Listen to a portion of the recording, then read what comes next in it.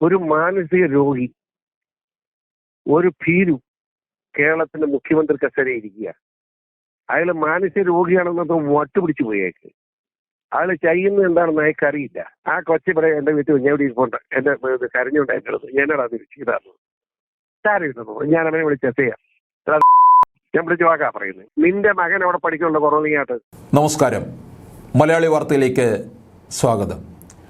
CPM-നും DYFI-ക്കും SFI-ക്കും എന്തും ആകാം ഇവിടെ. കാരണം അവർ മാത്രമാണല്ലോ ജനാധിപത്യ മുറയിൽ കാര്യങ്ങളെല്ലാം മുമ്പോട്ട് കൊണ്ടുപോകുന്നവർ. അവർക്ക് ഏതു തരത്തിൽ വേണമെങ്കിലും ഈ കൊച്ചു സംസ്ഥാനത്തിനകത്ത് അഴിഞ്ഞാടാം. ഇതിനെ ചോദിക്കാൻ ആർക്കും അവകാശമില്ല. പക്ഷേ കോൺഗ്രസിനും യൂത്ത് കോൺഗ്രസ്സുകാർക്കും KSUക്കാർക്കും ഇതിനെതിരെ പ്രതിരോധിക്കാൻ വയ്യ. അവർ പ്രതിരോധിക്കാൻ ഇറങ്ങിക്കഴിഞ്ഞാൽ അവരുടെ മേൽ പോലീസിൻ്റെ നായാട്ടാണ്, നരനായാട്ടാണിപ്പോൾ കഴിഞ്ഞ 2 ദിവസമായി കേരളമെമ്പാടും കണ്ടുകൊണ്ടിരിക്കുന്നത്. തലസ്ഥാന നഗരിയിൽ തന്നെ 2 ദിവസം യുദ്ധക്കളമായി മാറുകയാണ് ചെയ്തത്. പോലീസുകാർ യൂത്തന്മാരെ തല്ലി തകർക്കുകയാണ്. പോലീസിൻ്റെ ഈ നടപടിയെക്കുറിച്ച് ഞങ്ങളുടെ പ്രതിനിധി അഭിലാഷ് PC ജോർജുമായി ടെലിഫോണിൽ സംസാരിക്കുകയുണ്ടായി. ആ സംഭാഷണത്തിലെ പ്രസക്ത ഭാഗങ്ങൾ. ഹലോ സാർ, ഇപ്പോൾ 2 ദിവസം തലസ്ഥാനത്ത് കോൺഗ്രസിന്റെ മാർച്ച് നടത്തുന്നു. ഇന്നലെ യൂത്ത് കോൺഗ്രസിന്റെ മാർച്ച്, KUസിന്റെ മാർച്ച്. പക്ഷേ സമരം നല്ലതാണ്. പക്ഷെ ഇത് വേറെ കാര്യം നോക്കി, ഇന്നലെ യൂത്ത് കോൺഗ്രസ്സുകാരെ പോലീസ് പട്ടിയെ പോലെ തല്ലിച്ചതയ്ക്കുന്നു, പാർട്ടി ഓഫീസിനകത്ത് ഇറക്കുന്നു. സമരത്തിന്റെ മുന്നിൽ നിന്ന് VD സതീശൻ 1-ാം പ്രതി ജാമ്യമില്ല. ഇന്ന് KSUവിന്റെ മാർച്ച് നടത്തുന്നു. അവരെയും കൊച്ചു പിള്ളേരെ ജലപീരങ്കിൽ അടിച്ച് താഴെ ഇട്ടുന്നു, വീണ്ടും അടിച്ച് തെറിപ്പിക്കുന്നു. മാത്യു തൊഴിലാളിയുടെ മുന്നിൽ സമരം നയിക്കുന്നു. ഞാനൊരു MLA ആണെന്ന് പറഞ്ഞിട്ടും MLAക്ക് ആണ്, ഞാൻ MLA ആണ്, എന്നെ അടിക്കലെന്ന് പറഞ്ഞ് പുള്ളിയുടെ കൈ വരെ അടിച്ച് പൊട്ടിക്കുന്നു കേരള പോലീസ്. ചരിത്രത്തിൽ ആദ്യമായിട്ട് ഞാൻ കാണുന്നത് ഒരു MLA അടിക്കുന്നത്. ഞാൻ എന്ത് പറയണമെന്ന് ഞാനിങ്ങനെ ആലോചിക്കുക. ഒരു മാനസിക രോഗി, ഒരു ഭീരു കേരളത്തിന്റെ മുഖ്യമന്ത്രി കസേരയിൽ ഇരിക്കുക. അയാൾ മാനസിക രോഗിയാണെന്നത് വട്ടുപിടിച്ചു പോയേക്ക്. അയാൾ ചെയ്യുന്നത് എന്താണെന്ന് അയാൾക്ക് അറിയില്ല. ഞാനിത് വെറുതെ പറയുന്നത് തെറ്റിദ്ധരിക്കും, ഉദാഹരണം ചൂണ്ടിക്കാണിക്കാം. അപ്പം ഞാൻ പറയുന്നതിന്റെ അർത്ഥം നിങ്ങൾക്കും ജനങ്ങൾക്കും മനസ്സിലായി. ഞാൻ വെറുതെ പറയുന്നതല്ല. ഈ യാത്രകൾ തുടങ്ങുന്നതിന് ഒരാഴ്ച മുമ്പ് കൂട്ടിക്കലുകൾ വരാനിടയായി.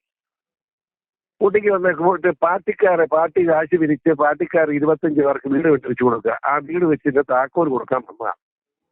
അവിടെ മുൻ പഞ്ചായത്ത് പ്രസിഡന്റ് സണ്ണിയുടെ അമ്മയ്ക്ക്, അവിടുത്തെ ലോക്കൽ സെക്രട്ടറി, ഇങ്ങനെയൊക്കെ വീട് കൊടുത്താൽ അവർക്ക് അവർ കാശ് പിരിച്ച് അവർ തന്നെ വീടാ കൊടുക്കുന്ന നല്ല കാര്യം. ആർക്കും അവിടെ സഹാക്കന്മാരാണ് വീട് കൊടുക്കുന്നത്. പക്ഷെ അവിടെ വന്നപ്പോൾ KJ തോമസ് ഊട്ടിക്കിട്ട് അവിടെ താമസിക്കാൻ, KJ തോമസ് പാർട്ടി സെക്രട്ടറി അയാളുടെ വീട്ടിലായിരുന്നു പിണറായി ഉച്ചയ്ക്ക് ഭക്ഷണം. എനിക്കൊരു അത്ഭുതം തോന്നിയെന്ന്, അയാള് അവിടെ കയറി ഇരിക്കുന്ന ഭാഗമാണ്. പിണറായി വിജയൻ വീട്ടിലോട്ട് കയറി 2ാം നില കയറിയിട്ട് ഒരു മൂലയ്ക്ക് ഒരു കസേര വെച്ച് അവിടെ ഇരിക്കുക. അപ്പം ഫ്രണ്ട് മുഴുവൻ ഓപ്പൺ, ബാക്കി എല്ലായിടത്തും സംരക്ഷണം, ഭിത്തിയുടെ സംരക്ഷണം. ഒരു മുഖ്യമന്ത്രി എന്തിനാ അങ്ങനെ ഇരിക്കുന്നത്? അയാൾ ആരും തന്നെയാണ്. ബാക്കി കേട്ടോ എനിക്ക് സങ്കടമല്ല. ഈയൊക്കെ ഭക്ഷണം ഉണ്ടാക്കാൻ വേണം CPM നേതാവാണ്. അയാളൊരു CPകാരനാണ്. അയാളാണ് ഭക്ഷണം ഉണ്ടാക്കുന്നത്. അയാൾ ഭക്ഷണമൊക്കെ ഉണ്ടാക്കി റെഡിയാക്കി വെച്ചിരിക്കുക. അപ്പം മുഖ്യമന്ത്രി ഇപ്പം ഞങ്ങളുടെ നേതാവ് വന്നെന്ന അഹങ്കാരത്തിൽ ഈള് അടുത്തോട്ടിയല്ലോ. അയാൾ ഒരു ഫോട്ടോ എടുക്കാൻ ചോദിക്കാൻ വേണ്ടി ചെന്നെന്ന് പിന്നീട് മനസ്സിലായി. ഒരു ഒറ്റ ചാട്ടമാണ് കൊണ്ടായി കോല ഓടണ അവിടെ എന്നും പറഞ്ഞു. കാരണം പോലീസൊക്കെ പുറത്ത് നിൽക്കില്ല. അപ്പൊ അയാൾക്ക് പേടിയാണ്. ഈ സംഭവം ഉള്ളതുകൊണ്ടാണ് പറഞ്ഞത്, ഈക്ക് പേടിയാണ്, ഭയമാണ്. ഈക്ക് ആരാണ്ടികളെ തിന്നാൻ പോകുന്ന ഒരു ചിന്ത. ഒന്ന് ആലോചിച്ച്, ഒരു മുഖ്യമന്ത്രി പോകുന്നവർക്ക് മുഴുവൻ മന്ത്രിമാരും പറയുവാണെന്ന് നിർബന്ധം ലോകത്താരെങ്കിലും പറയൂ? നയനാരിരുന്ന കസേരയിലാണ്, ശങ്കരൻ നമ്പൂതിരിപ്പടിരുന്ന കസേരയിലാണ്, ES അച്യുതാനന്ദൻ ഇരുന്ന കസേരയിലാണ് APN ഇരിക്കുന്നത്. നിങ്ങൾ മനസ്സിലാക്കണം. ആ കസേരയിൽ നിന്ന് കളിക്കുന്ന ഊളത്തരമാണ് ഇതൊക്കെ. എത്ര കോടി രൂപയുടെ ചെലവുണ്ടായിട്ടൊന്ന് ആലോചിച്ചു. സ്തംഭിച്ചില്ലേ? ഭരണം സ്തംഭിച്ചു പോയില്ലേ? ഒരു കാര്യം നടക്കുമോ? ഈ പാർട്ടിക്കകത്ത് തന്നെയുള്ള ജയരാജൻ, അയാൾ മാന്യമായിട്ടൊരു കാര്യം പ്രസംഗത്തിൽ കേട്ടായിരുന്നോ? എന്താണ് പറഞ്ഞത്? ഇവിടെ റേഷൻ സബ്സിഡി, പിള്ളേരുടെ ഉച്ചക്കഞ്ഞിയുടെ കാശ്, ഈ കുടുംബശ്രീയുടെ കാശ് ഉൾപ്പെടെ 51,700 കോടി രൂപ കൊടുക്കാനുണ്ട്. ഏതാ ദൈനംദിനം കൊടുക്കേണ്ടത് കൊടുക്കാൻ വെച്ചിരിക്കുന്നു. 51,000 കോടി രൂപ. വേറെ കടം ഇങ്ങനെ കിടക്കുകയാണ്. അത് അതൊക്കെ അത് എനിക്ക് ഇപ്പം കിടക്കുന്നില്ല. അത് ഇനി ഈള നോക്കിയാൽ നമ്മൾ നോക്കാൻ തീരെ അത് മാത്രമായി. ഇത് എങ്ങോട്ട് പോകുന്നു? ഇത് ഉച്ചക്കഞ്ഞി പിള്ളേരെ കൊടുക്കണ്ടെന്ന് പറയുന്ന ഒരു മനുഷ്യനാണ് ഇയാള്. ആ പിള്ളേരെ കാശ് ഹെഡ്മാസ്റ്റർമാരെ എന്നാ കാര്യം? ഹെഡ്മാസ്റ്റർ കയ്യിലെ കാശ് പോകും. എന്തൊരു കഷ്ടകാരാണ് നമ്മുടെ. ഞാൻ ചോദിക്കട്ടെ, കാസർഗോഡ് മുതൽ കേരള പോലീസ് എന്താണ് പറ്റി ഇത്രയും നരനായിട്ട് നടത്താൻ? അതിലേക്കാ വരുന്നത്. വരാം. ഇത് കേരള പോലീസാണ്. നിങ്ങളോട് ആര് പറഞ്ഞു? കേരള ഗുണ്ടകൾ. അതായത് CPMന്റെ ഏറ്റവും വലിയ റവടികളെ തന്നെ 3000 എണ്ണത്തിന് സെലക്ട് ചെയ്ത് കാക്ക് കൊടുത്ത് കൊണ്ടു നടക്കുകയാണ്. അല്ലാതെ ഒരു പോലീസും അല്ല. കേരള പോലീസോട്ട് ഒരു ബന്ധവും ഇല്ല. കേരള പോലീസ് തന്തയ്ക്ക് പറക്കാത്തം കാണിക്കൂ. മനുഷ്യത്വമില്ലാതെ പെരുമാറുമോ?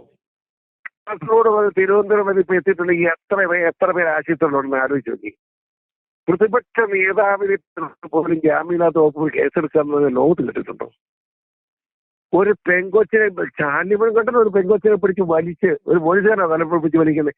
അവന്റെ കൈ വെട്ടിക്കളയണ്ടേ? ആ പോലീസുകാരന്റെ കൈ വെട്ടണ്ടേ? ഈ കോൺഗ്രസ്സുകാർ എന്നാ നാണം കെട്ടാണ് ഈ കോൺഗ്രസ്സുകാർ. ആ പെങ്കൊച്ചിന്റെ എന്നെ ഞാൻ ഉദാഹരണം പറയാം, വെറുതെ പറയുന്നില്ല. എന്റെ ഒരു പയ്യനെ ഈരാറ്റുപെട്ട SI വന്ന് അവൻ ചുമ്മാ മോട്ടോർ സൈക്കിൾ ചാരി നിൽക്കുക. അവനെ പിടിച്ചോണ്ട് പോയി. അവൻ എന്തിനാ കയറാൻ വേണ്ടി? ഞാൻ ചുമ്മാ ചെറുതാറ് വർഷം നിൽക്കുക. അവൻ ബഹുമാനിച്ചിരുന്ന പോലീസിനെ കണ്ടപ്പോൾ അതാണ് കുറ്റം. പിന്നീട് ഞാൻ മനസ്സിലാക്കും. ഇവനെ സ്റ്റേഷൻ കൊടുത്ത് 2 ചെവിയും 2 കൈ ഒറ്റ അടിയാ. അവന്റെ ചെവി പൊട്ടുകയാണേ. അപ്പൊ ആരാണ്ട് പറഞ്ഞത് വീശിയോട് ബന്ധമുള്ളവർ വെച്ചാന്ന്. അന്നേരം വേഗം വിട്ടവൻ. ആ കൊച്ചി പറയാം, എന്റെ വീട്ടിൽ ഇവിടെ ഇരിപ്പുണ്ട്, എന്റെ കരഞ്ഞുണ്ടായിരുന്നത് ഞാനടാ തിരിച്ചു ഇതായിരുന്നു. സാരിയിരുന്നു. ഞാൻ അവനെ വിളിച്ച് എത്തിയാ. ഞാൻ വിളിച്ച് വാക്കാ പറയുന്നത്. നിന്റെ മകൻ അവിടെ പഠിക്കുന്നുണ്ടോ കുറവീങ്ങാട്ട്?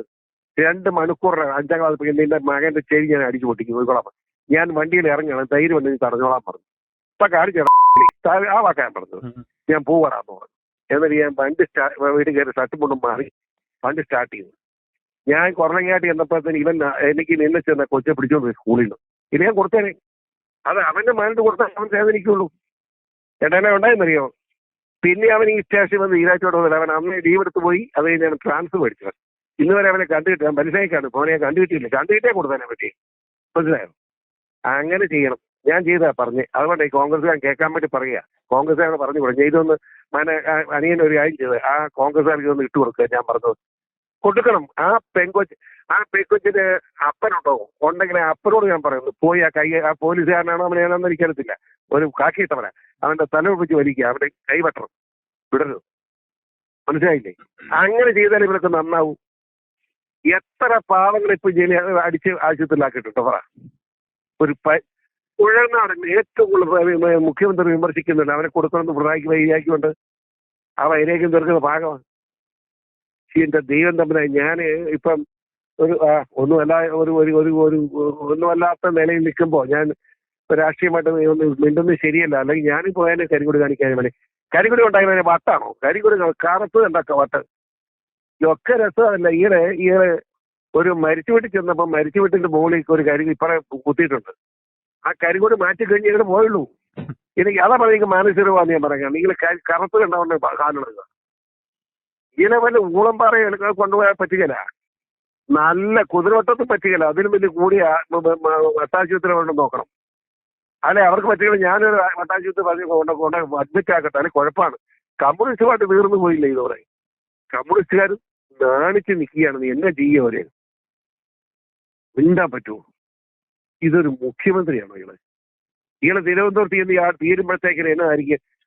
എനിക്ക് രസം 20 ഒപ്പിയന്മാരെ പുറകിൽ ഇവന്മാർക്ക് വേറെ നാട്ടിലൊരു ബന്ധമില്ലേ? ഈ മന്ത്രിമാരെ അറിയുന്നവരാരും ഇല്ല. തിരുവനന്തപുരത്ത് എത്തിയിരിക്കും. 2 ദിവസം കൂടെ ഉള്ളൂ ഇവരെ സദസ്. 2 ദിവസം കൂടെ ഉണ്ടല്ലോ. അതായത് ഞാൻ ചോദിക്കും, ഇവന്മാർ ഈ മന്ത്രിമാർ തിരുവനന്തപുരം നാട്ടിൽ പോകണ്ടേ? ശബരിമല എന്ന് പറഞ്ഞ ലോകം മുഴുവൻ ആദരിക്കുന്ന ശബരിമല സീസണാണ്. ശബരിമല അയ്യപ്പ സ്വാമികളെ. ആ ശബരിമല സീസൺ വരുന്നതിന് മുമ്പ് മുഖ്യമന്ത്രി നേരത്തെ കോൺഫറൻസ് നടക്കും.